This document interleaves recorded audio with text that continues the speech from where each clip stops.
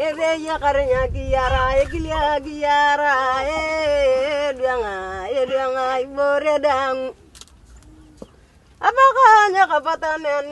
World Food Programme is the largest humanitarian agency fighting hunger and promoting food security. In 2009, WFP rolled out the Food for Asset program, replacing the initial general food distribution where possible, and later Cash for Asset in 2011. This is an approach where food insecure communities receive incentives in form of food or cash. The incentive is aimed at filling in the food gap during hunger periods as they work on household or community assets or projects that improve their resilience to common shocks or hazards such as droughts and floods. In Kenya, WFP works with the Government of Kenya and with participation of many stakeholders at community, county, and national levels. The targeted communities are the key stakeholders and so decide on the priority project for them to implement. In line with its gender policy of 2009, WFP continues to be committed to gender equality programming. This has made sure that in most programs, more women are registered as household representatives and participate in the management of food or projects in their communities. This has given them the opportunity to participate more in decision-making processes at family and community levels.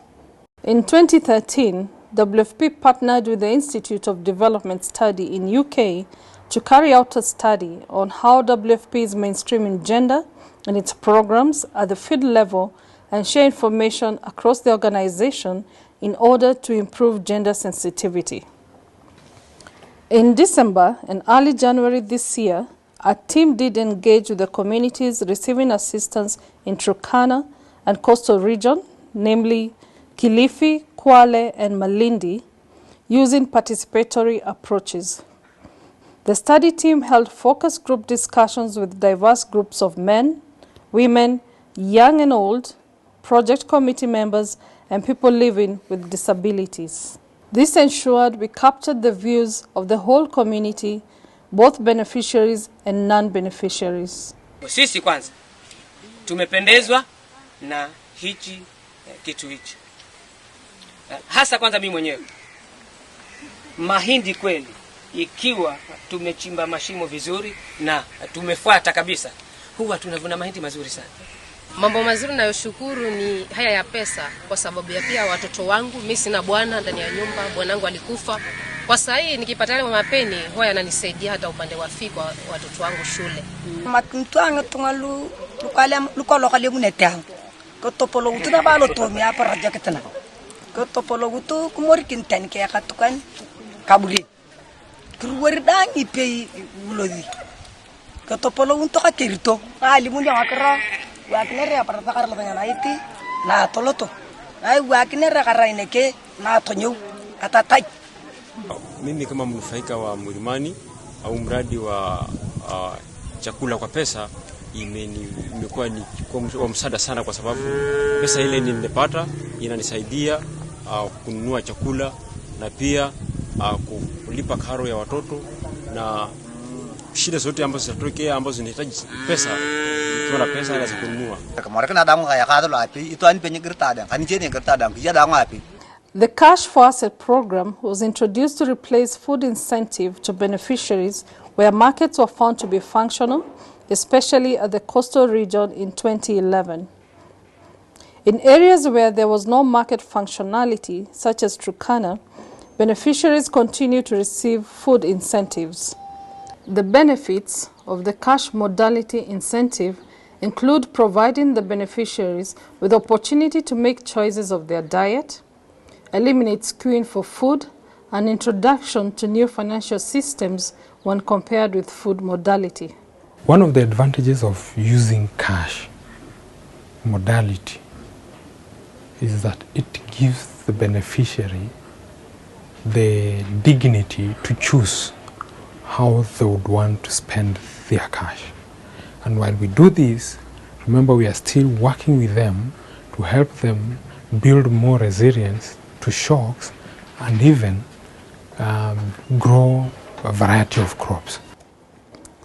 In both Food for Asset and Cash for Asset, beneficiaries have learned new technical skills such as water harvesting for their domestic and livestock use, new crop production practices and change of livelihood. For instance, the Turkanas were originally pastoralists and now they are practicing farming.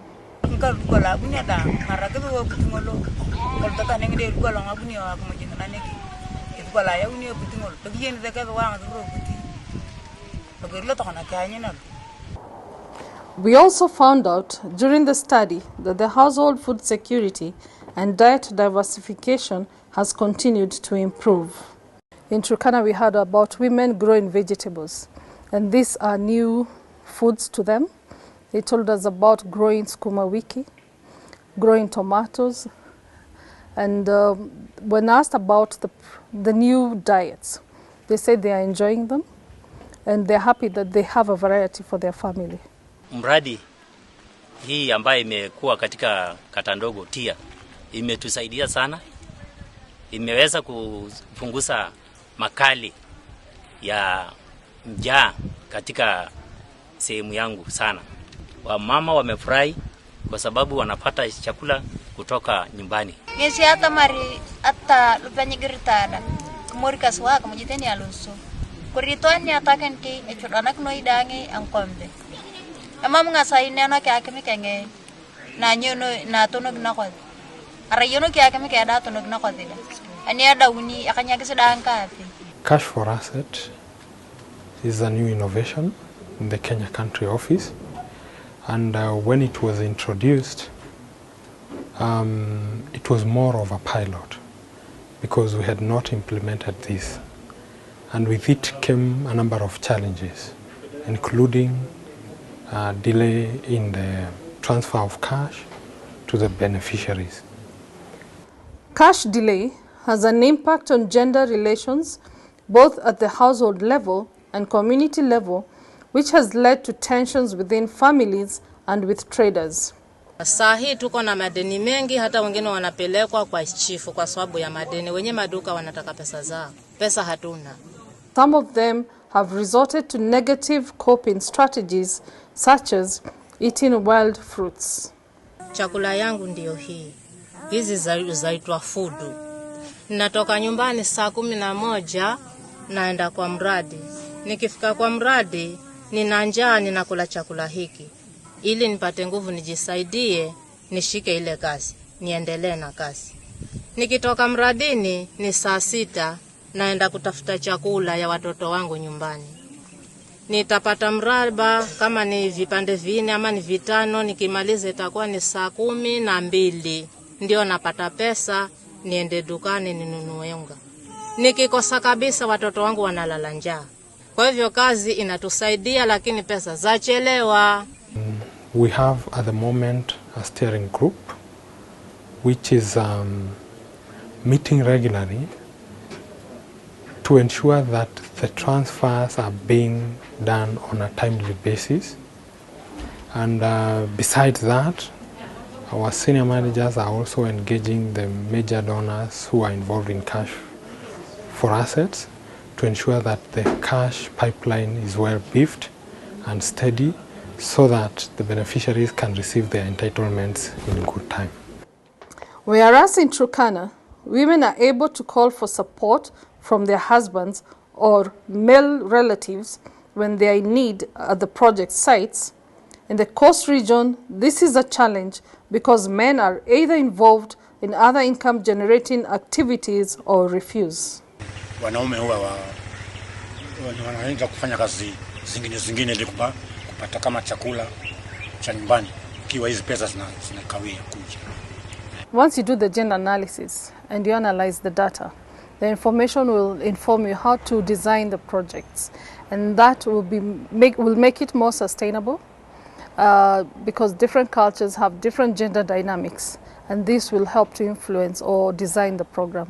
This has led to longer working periods, especially for pregnant women, as they can't find someone to replace them since the projects require a physical household representative's participation. Nimefanya kazi na mimba yangu, tena deka hii mtoto kwenye mbavu humu.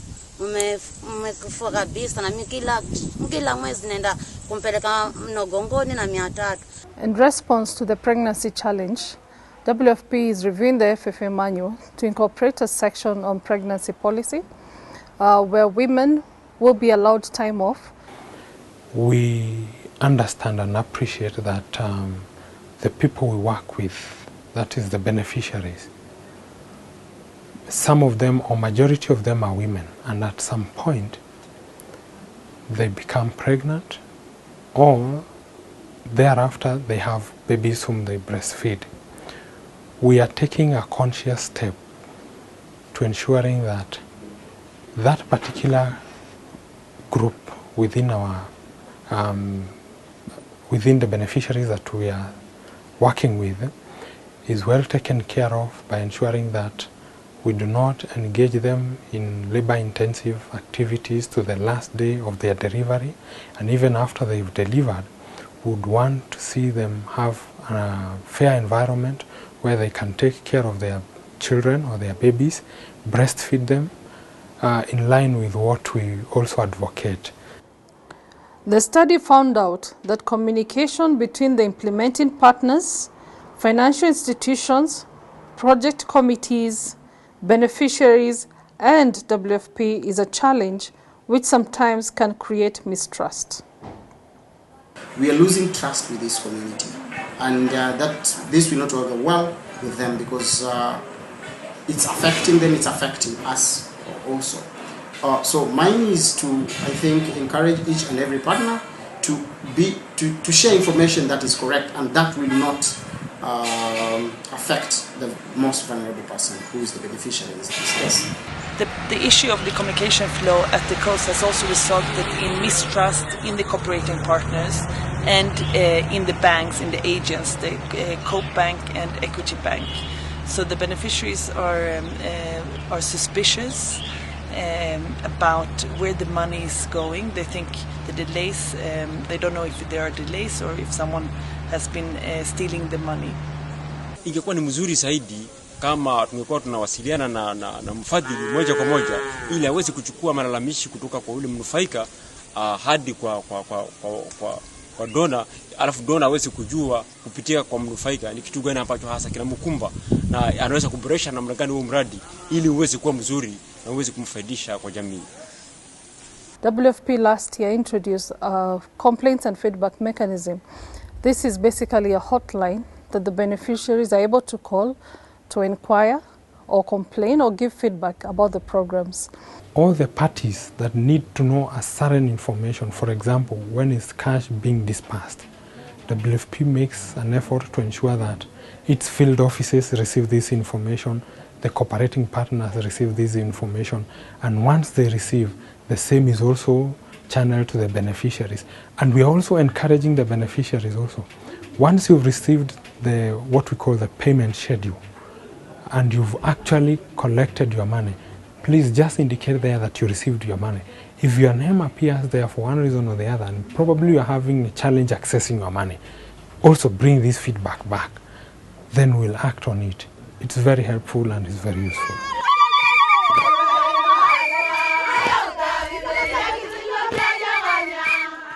The study was a good learning experience for the team, using the participatory approaches and taking more time to engage with the beneficiaries. And the beneficiaries also were more appreciative that we could take time and spend a whole morning with them or a whole afternoon with them.